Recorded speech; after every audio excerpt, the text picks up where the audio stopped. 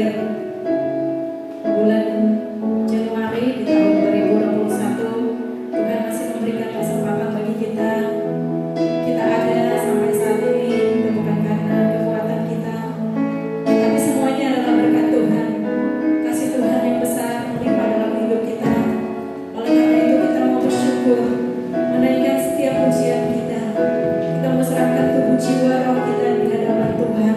Bahwa Allah yang kita sembah adalah Roh Allah yang kudus, Allah yang maha kuasa, Allah yang mengasihi kita, Allah yang menopang kehidupan kita.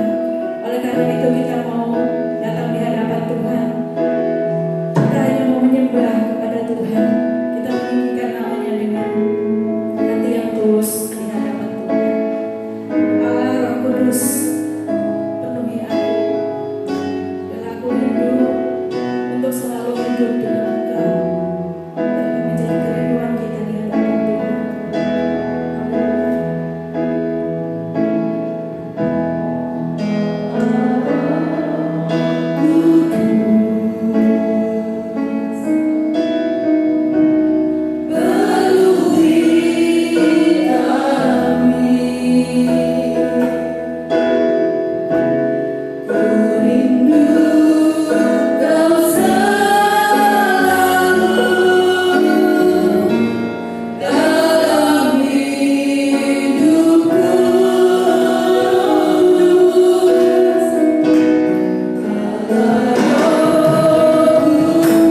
Ubah hatiku ya Tuhan.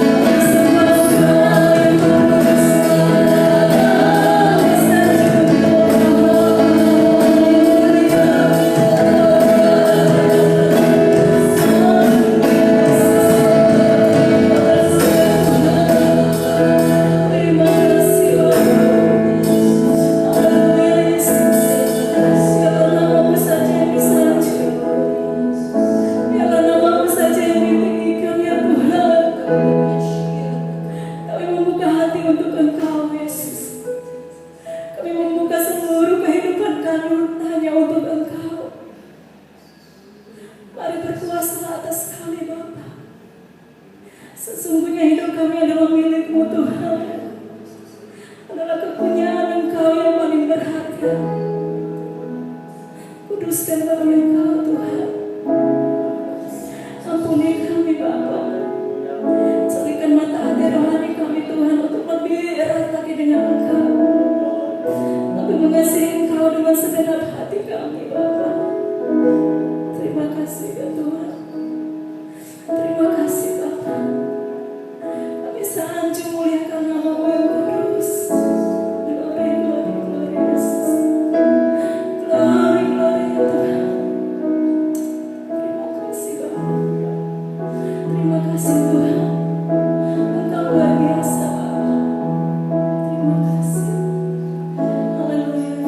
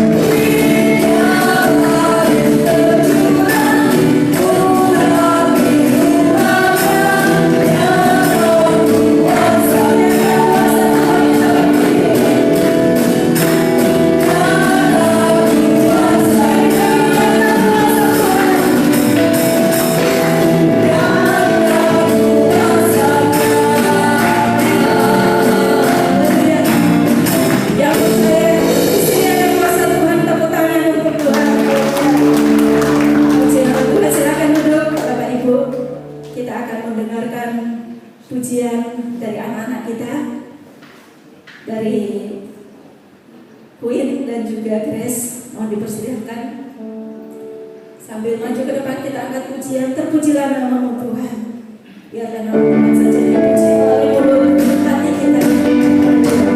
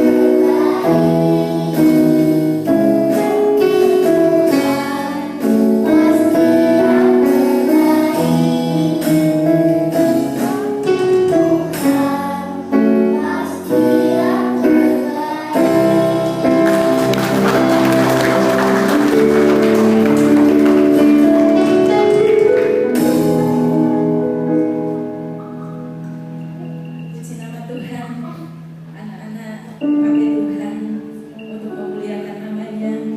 Waktu Tuhan yang terbaik yang akan Tuhan nyatakan bagi anak-anaknya senantiasa memuliakan namanya. Saatnya kita mempersiapkan hati kita untuk menerima berkat kebenaran firman Tuhan. Mari kita berserah kepada Tuhan. Satu hal yang kita rindukan, kita mau rindukan Tuhan ada di setiap langkah hidup kita. Kita selalu siap untuk dipenuhi. Kita selalu rindu untuk dilawan oleh Dia, karenanya Dia Allah yang tahu akan keberadaan hidup kita. Tuhan, aku rindu, Tuhan, aku siap. Penuhi aku dengan firman.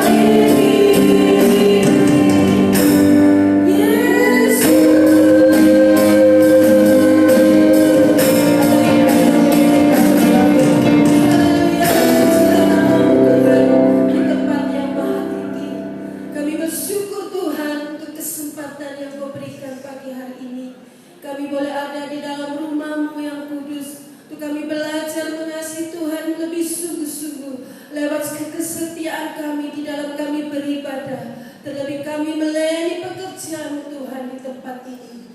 Terima kasih Bapa yang baik, kami mengucap syukur untuk kesehatan, kekuatan yang Tuhan berikan, sehingga dengan tubuh yang sehat kami boleh mempermuliakan nama Tuhan. Terima kasih Bapa, biarlah setiap pujian, penyembahan yang kami persembahkan boleh menjadikan satu dupa yang berbau harum di hadapan-Mu Tuhan.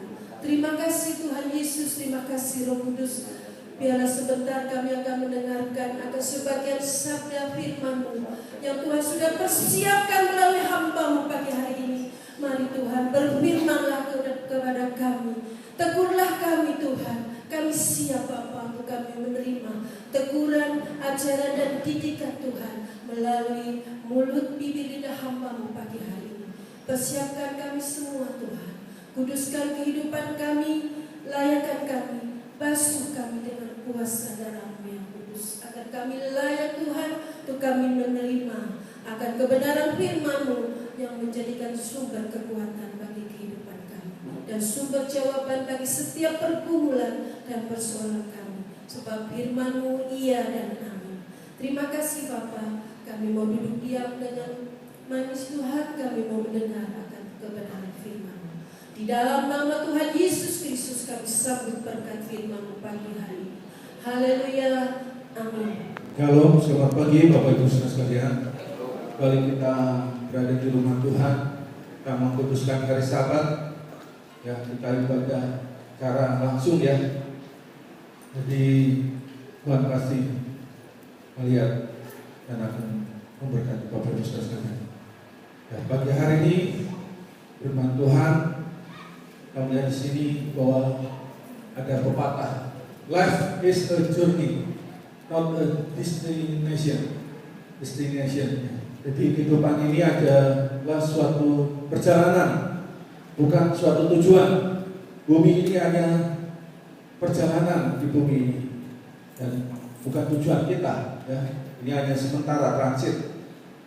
Jadi ketika melakukan perjalanan, terkadang kita melewati tidak hanya jalan mulus-mulus saja, tapi kadang mengalami jalan yang tidak mengenakan, tidak rata, tidak flat, ya, mengalami jalan yang berkerikil, tajam, turunan, belokan, tikungan, ya, sangat tidak mengenakan. Tapi inilah kita harus melaluinya dengan baik. Oleh sebab itu pagi hari ini firman Tuhan mengambil judul Yesus andalan dan pengharapan di dalam kehidupan kita. Firman Tuhan pagi hari ini berjudul Yesus andalan dan pengharapan di dalam hidup kita. Kita akan membaca di dalam Yeremia pasal 17 ayat yang ke-7 sampai yang ke-8. Tentunya kita tidak asing membaca ayat ini. Yeremia pasal 17 ayat yang ke-7 sampai yang ke-8. Diberkatilah orang yang mengandalkan Tuhan, yang menaruh harapannya pada Tuhan. Ia akan seperti pohon yang ditanam di tepi air, yang merambatkan akar-akarnya ke tepi batang air, dan yang tidak mengalami datangnya panas terik, yang daunnya tetap hijau, yang tidak khawatir dalam tahun kering, dan yang tidak berhenti menghasilkan buah. Jadi Bapak Ibu, kita melihat di sini bagaimana ada satu pohon ya di tepi sungai yang sangat lebat. Jadi ketika musim kering pun pohon ini tidak akan kering atau layu karena menerima asupan air yang cukup dari sungai tersebut. Pagi hari ini dalam perenungan kita pagi hari ini kita, kalau tadi kita mendengar bahwa kehidupan ini adalah suatu perjalanan, maka ibarat ketika kita melakukan perjalanan Bapak Ibu ke suatu tujuan yang belum kita tahu pastinya, kita akan andalan kita pasti akan menggunakan satu HP Android yang di dalamnya ada GPS atau Global Position System, mana ada aplikasi bisa Google Navigasi atau Waze. Kita akan mengandalkan itu Bapak Ibu. Jadi ketika kita menuju drive, mengemudi mobil, kita tidak khawatir akan tersesat, pasti akan menuju arah yang kita kehendaki karena ada GPS ini. Dalam kehidupan kita butuh Tuhan. Selama perjalanan hidup kita, Tuhan percayakan 70 tahun atau lebih, 80 atau 90. Ini sebagai suatu perjalanan Bapak Ibu, ya. Kita bisa melewati suka maupun duka. Oleh sebab itu andalan kita hanya Yesus saja.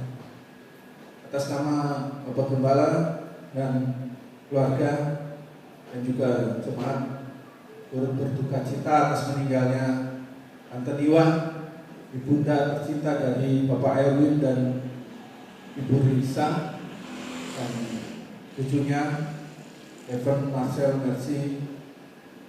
Ya, kita percaya journey perjalanan Tante Niwa sudah mencapai 74 tahun, melewati suka maupun duka. Dia telah berada di rumah Tuhan di surga dalam kekekalan. Pagi hari ini kita akan melihat beberapa 4 poin yang ingin saya bagikan. Bagaimana dalam andalan dan pengharapan kita, yaitu Yesus yang akan menyertai dalam perjalanan kehidupan kita. Yang pertama, diberkati Tuhan. Secara umum arti berkat yaitu kebahagiaan, happiness atau kesejahteraan di dalam Tuhan bagi mereka yang mengasihi dan takut akan Tuhan. Ya, bahagia, sejahtera, ini arti umum. Jadi selanjutnya bagaimana kita melihat sini bagaimana Tuhan adalah sumber berkat. Orang yang percaya kepada Tuhan Yesus mau bertobat, dilahirkan baru, dia diakui sebagai anak Allah. Kita melihat di dalam Yohanes pertama ayat 12. Dan juga kita membaca di dalam Efesus pasal yang pertama ayat yang ketiga, dikatakan, terpujilah Allah dan Bapa Tuhan kita Yesus Kristus, yang dalam Kristus telah mengaruniakan kepada kita segala berkat rohani. Perhatikan, segala berkat rohani di dalam surga. Terpujilah Allah dan Bapa dari Tuhan kita Kristus Yesus, yang telah memberkati kita dalam Kristus dengan setiap berkat rohani di tempat surga. Jadi kita percaya bahwa sumber berkat berasal dari Tuhan Yesus Kristus. Selanjutnya kita akan melihat bagaimana berkat Tuhan ada 2. Kita melihat di sini di atas, yaitu ada untuk dunia, untuk umum, general. Jadi dikatakan general blessing, berkat umum. Orang yang jahat juga menerimanya, orang yang tidak mengenal Tuhan Yesus sebagai juru selamat juga tetap menerimanya. Ya, baik hal jasmani yang baik, sehat maupun kelancaran, mereka pasti akan menerimanya, Bapak Ibu. Ya, misalkan menerima sinar matahari, menerima oksigen, tidak melihat orang jahat, orang baik, tetap menerima blessing, general blessing ini. Ya, mereka yang rajin kerja keras juga akan tetap menerima berkat. Jadi dikatakan general blessing, berkat yang umum. Tetapi yang kedua yaitu berkat yang spesial, special blessing. Ya, kita sebagai anak-anak Tuhan akan menerima berkat ini. Ya, bisa menerima secara jasmani dan juga berkat rohani, ya, yang bersifat menuju kekekalan. Hal-hal yang tidak enak juga dalam tanda kutip bisa dikatakan sebagai berkat. Bapak Ibu, jadi kalau minggu lalu saya katakan bahwa ketika kita akan menghadapi penghakiman Tuhan nanti, ya sama seperti di Wahyu maupun di kitab Daniel, ada timbangan ya Bapak Ibu. Ya, timbangan ini dikatakan mene tekel ufarsin, yang berarti Tuhanku didapatkan timbangannya ringan. Jadi selama kita hidup di bumi ini ada timbangan ya, kita lebih berat mana? Kita cari duit di dunia ini, kita fokus kerja dunia, kita balance, tidak seimbang dengan kita cari perkara-perkara yang rohani. Jadi harus diseimbangkan antara rohani maupun jasmani, sehingga kita tidak dikatakan mene tekel version. Ya, selanjutnya yaitu berkat spesial ini dari Tuhan. Penjelasannya yang pertama, kita menerima keselamatan. Kita mengakui Tuhan Yesus sebagai juru selamat, maka kita mendapatkan keselamatan di dalam nama Tuhan Yesus. Dan juga kita menerima damai sejahtera. Jika Tuhan Yesus belum naik ke surga, Dia meninggalkan damai sejahtera pada orang-orang percaya. Dan juga kita diharapkan memiliki karakter yang bertumbuh seperti Kristus. Ya, makin hari kita semakin menuju kedewasaan rohani. Karakternya semakin menuju sama seperti Kristus.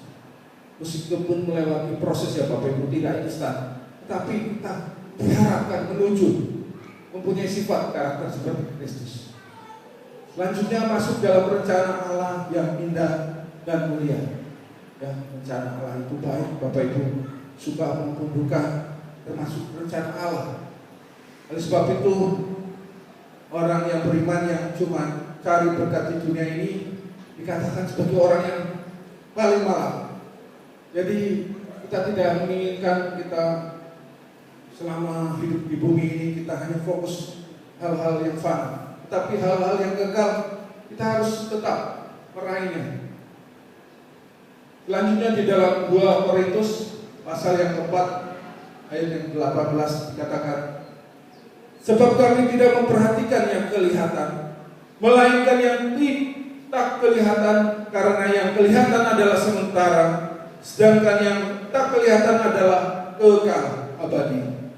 Ya, inilah ayat yang mengingatkan kita untuk kita memperhatikan hal-hal yang tidak kelihatan. Ya, yang kita melihat di sini bagaimana ketika berkat Tuhan tidak hanya dalam kondisi yang baik-baik saja, tetapi hal-hal yang tidak baik pun dalam tanda kutip dikatakan sebagai berkat Tuhan. Misalkan ketika kita menghadapi hal-hal yang tidak enak, Bapak Ibu, ya, dalam pandemi ini tentunya tidak enak. Ya, mungkin Bapak Ibu biasanya membuka usaha baik-baik saja, tetapi dalam kondisi yang tidak pasti ini, susah ditebak, susah diperkirakan, pasti mengalami hal yang tidak mengenakan dan juga tidak lancar ya. Dalam bisnis, dalam usaha, dalam pekerjaan pasti tidak pasti Bapak Ibu. Kadang ada saatnya naik, ada saatnya turun, dan juga dalam kesulitan, dan juga dalam keadaan gangguan. Saya tidak tahu gangguan yang Bapak Ibu alami selama pandemi ini dari tahun 2020 hingga tahun sekarang. Bapak Ibu yang tentunya yang akan tahu sendiri. Dan juga ada gangguan penundaan atau pembatalan. Ya. Kita melihat bagaimana hal-hal yang tidak mengenakan ini, kita harus menerima keadaan ini, dan kita percaya akan mendatangkan berkat bagi kita. Dan di dalam Pengkhotbah pasal yang ke-7 ada 2 ayat yang akan kita baca. Ayat pertama dikatakan, janganlah mengatakan mengapa zaman dulu lebih baik daripada zaman sekarang, karena bukannya berdasarkan hikmat engkau menanyakan hal itu. Mungkin Bapak Ibu coba membandingkan, kok enak, lebih enak tahun 2019, 2018, 2017, lancar-lancar saja, bisnis saya menghasilkan cara pasti, pekerjaan saya lebih nyaman dibandingkan tahun ini atau tahun 2020. Jadi kita tidak usah menoleh ke belakang lagi. Kemudian di ayat 14 katakan, pada hari mujur bergembira, tetapi pada hari malam ingat bahwa hari malam ini pun dijadikan Allah seperti juga hari mujur, supaya manusia tidak dapat menemukan sesuatu mengenai masa depannya. Ya, kita ingat bagaimana Ayub ya ketika mengalami cobaan di dalam hidupnya, dia mengatakan, Hai istri yang gila, kau tidak mau menerima hal yang buruk, kau hanya mau menerima hal-hal yang baik saja. Ya, dalam kehidupan ini, dalam pandemi ini, kita tetap ingat kebaikan Tuhan. Meskipun kita mengalami duka, mengalami hal-hal yang tidak mengenakan, mengalami hal-hal yang mengecewakan, ya, di dalam tahun 2021 ke depan tidak pasti Bapak Ibu. Kita tidak tahu apa yang akan terjadi. Bisa mengenakan, bisa tidak mengenakan, ya. Jadi segala sesuatu kita harus siap. Apabila mengalami hal yang mujur, tentunya kita bergembira, menyatakan syukur. Dan juga ketika kita mengalami hal kemalangan, kita juga tetap mengingat kebaikannya, dan tetap selalu mengucap syukur dalam segala hal. Ya, yang kedua yaitu mengandalkan Tuhan. Kita tahu bagaimana bahwa manusia itu mempunyai keterbatasan. Jadi manusia itu tidak sempurna, hanya Allah yang sempurna. Terbatas secara kemampuannya ya Bapak Ibu. Ya. Jadi biasanya manusia mengandalkan manusia, melihat kemampuannya bisa digunakan, tapi ada keterbatasan. Kepintarannya juga terbatas. Ada yang lebih pintar lagi, Bapak Ibu. Kekayaannya juga terbatas. Misalkan ada seseorang yang dibantu oleh orang kaya, jadi ada batasannya. Ya, ketika mungkin sudah dipanggil Tuhan, orang kaya tersebut pasti ada waktu terbatasnya. Dia tidak bisa memberikan. Ya, sekarang misalkan orang tuanya membantunya, tetapi ketika anaknya berbeda, ya, jadi kita tidak bisa berharap pada manusia. Kemudian hidupnya sangat singkat seperti uap. Ya, umur manusia ini hanya sementara Bapak Ibu. Katakan bagaimana, hanya 70 tahun, selebihnya hanya kemurahan Tuhan saja. Jadi terbatas seperti uap. Ya, hari ini lahir, ya, belum tentu berapa bulan kemudian masih bertahan hidup. Kemudian manusia itu mudah berubah. Ya, jadi jangan berharap pada manusia. Berharaplah pada Tuhan, satu-satunya pengharapan kita dan andalan dalam kehidupan kita. Katakan Yesaya pasal yang kedua ayat 22, jangan berharap pada manusia, sebab ia tidak lebih daripada embusan nafas, dan sebagai apakah ia dapat diangkat. Sekali lagi, jangan mengandalkan manusia, Tuhan saja yang menjadi andalan dalam kehidupan kita. Dan jelasan selanjutnya bagaimana kita melihat sini bagaimana Tuhan tidak terbatas.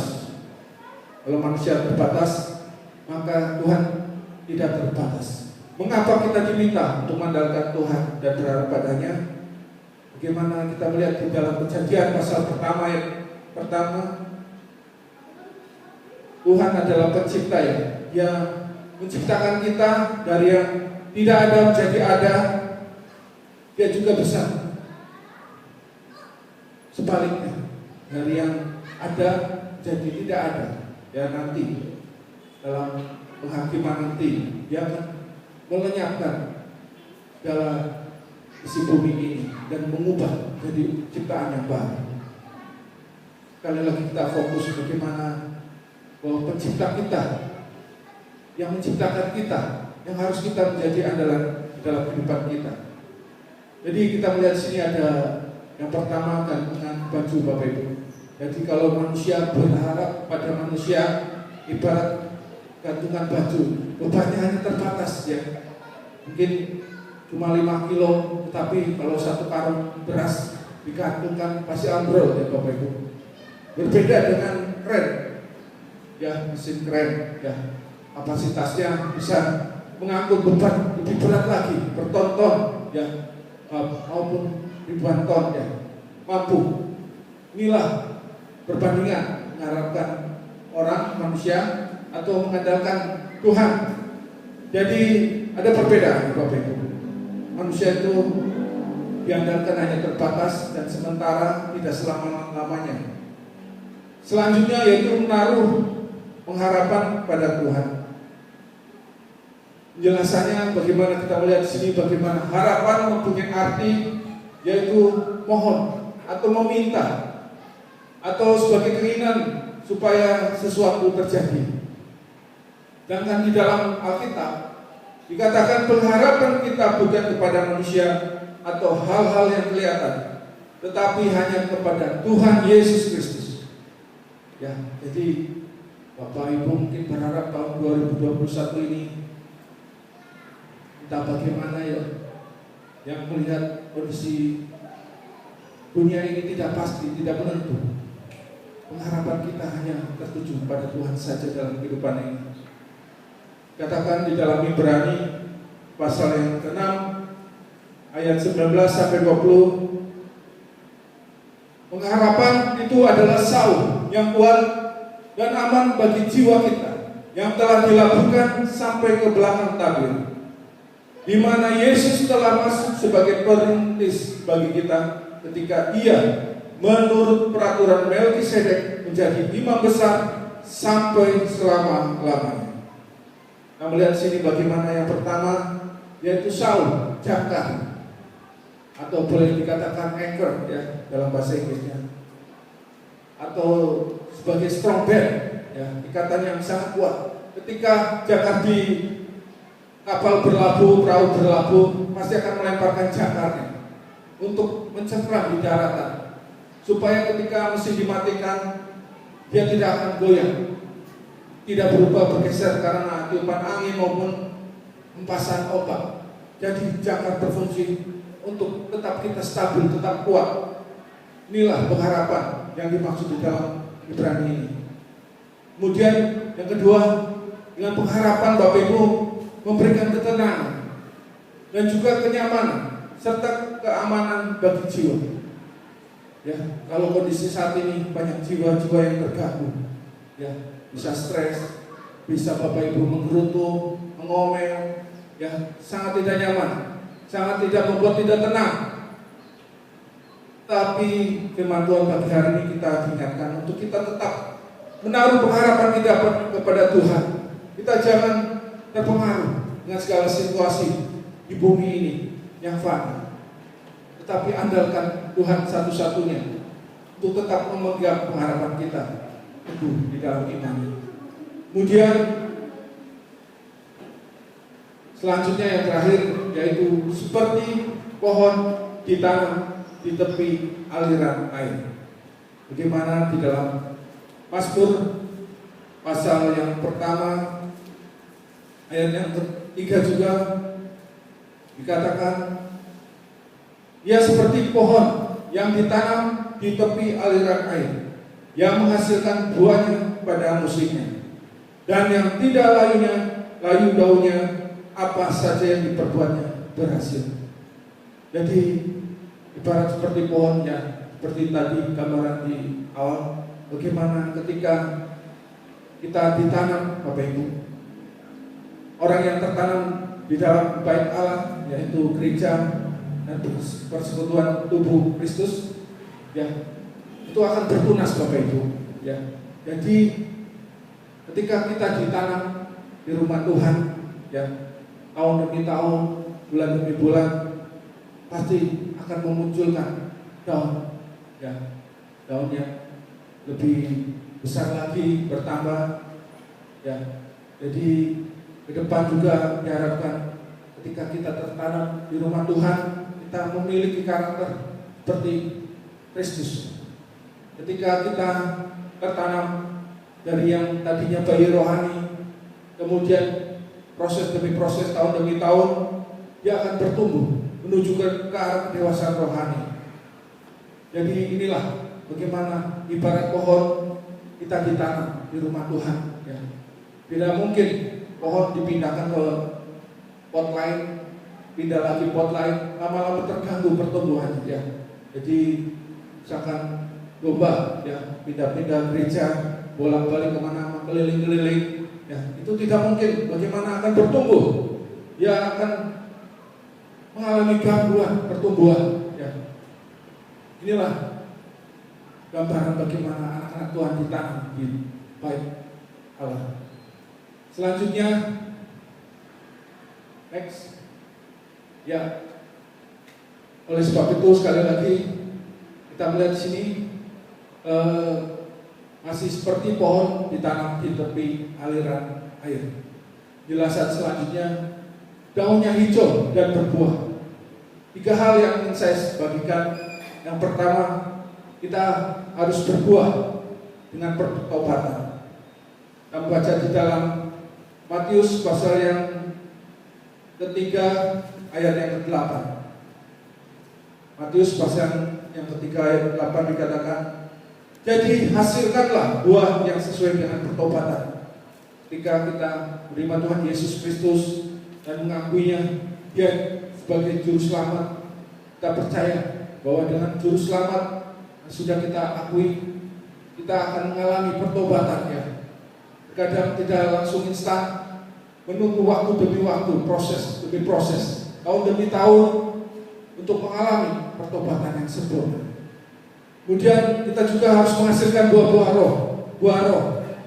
Ya, jadi di dalam Galatia pasal yang ke-5 ayat 22 sampai 23, selama pandemi ini kita tetap tersenyum, kita memiliki damai sejahtera, kita memiliki kemurahan hati, kita memiliki pengendalian diri, kita memiliki kesetiaan. Ini wujud dari buah roh. Kemudian kita harus memiliki buah jiwa. Sebagai anak Tuhan juga kita diwajibkan untuk menyatakan kabar kesukaan Tuhan, yaitu kabar keselamatan, dengan memberikan kesaksian bahwa Yesus adalah satu-satunya juru selamat dalam bumi ini. Kita terus mewartakan keselamatan, kabar keselamatan pada orang-orang yang belum mengenal Tuhan. Inilah tugas kita untuk menghasilkan buah jiwa dan mengenangkan jiwa-jiwa yang belum mengenal Tuhan selama kita diberi kesempatan untuk di dunia ini. Jadi sekali lagi, terus berbuah Bapak Ibu, berbuah pertobatan, berbuah roh, dan juga berbuah jiwa.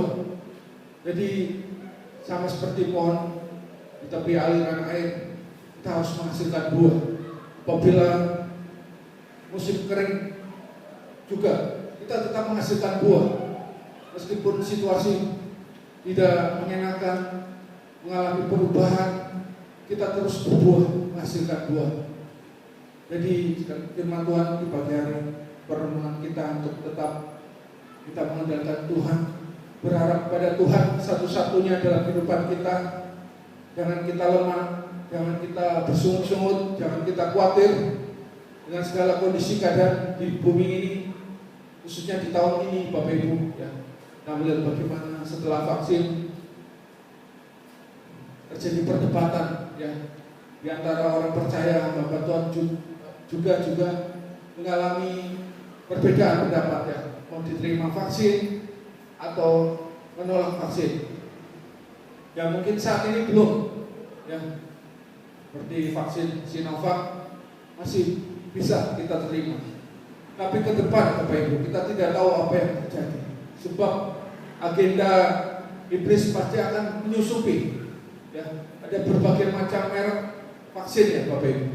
Jadi kalau kita melihat ke depan, dimungkinkan Bapak Ibu antikris bermain dalam vaksin. Bagaimana vaksin ini akan disusupi ya. Kalau mungkin chip sangat kelihatan, tetapi kalau disusupi dengan semacam nanopartikel yang sangat kecil, tidak terlihat, kita tidak tahu ya. Karena tujuan antikris yang menyusupi elit global bertujuan mengurangi populasi dunia Bapak Ibu. Di dunia ini yang sangat banyak penduduknya, mereka tidak suka karena terbatas, membuat keterbatasan sumber daya alam tidak bisa dinikmati ya secara bebas. Oleh sebab itu mereka melakukan pengurangan populasi dengan cara mengadakan virus. Dan virus juga akan menghasilkan uang Bapak Ibu. Jadi kita tergantung sama vaksin. Ya, jadi kita tahu ya Bapak Ibu, misalkan ke depan tidak cukup sekali vaksin saja, atau mungkin kita dipaksa kembali untuk membeli vaksin lagi karena meningkatnya virus yang lebih dahsyat lagi dibandingkan yang sudah ada. Ya, ini permainan global Bapak Ibu. Jadi menjelang kedatangan Tuhan Yesus yang kedua kali, kita harus mewaspadainya. Di masa sukar seperti saat ini, kita terus berjaga-jaga. Kita tidak terlena dengan keadaan. Kita terus meminta Roh Kudus. Roh Kudus yang masih beroperasional di bumi ini, Roh Kudus yang masih berada di bumi ini, kita harus pergunakan. Sebelum nanti pengangkatan, Bapak Ibu, Roh Kudusnya akan pulang kembali ke surga.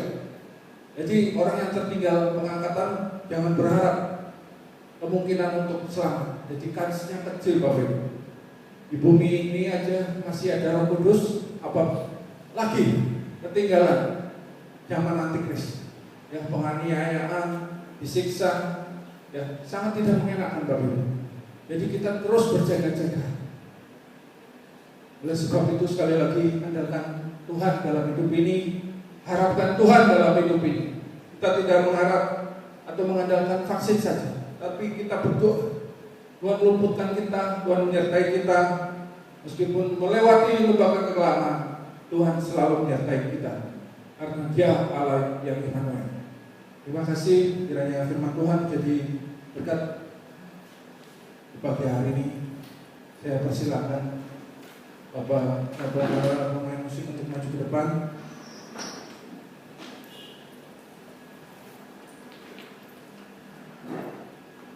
Kita akan menyanyikan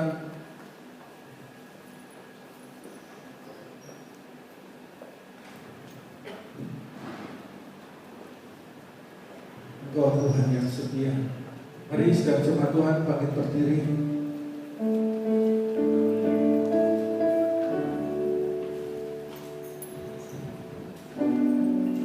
Kita nyanyikan lagu ini. Bagaimana Dia Allah yang setia, jadi andalan kita, jadi pengharapan kita. Dan dunia yang tidak pasti ini, Tuhan tetap setia menyertai kita.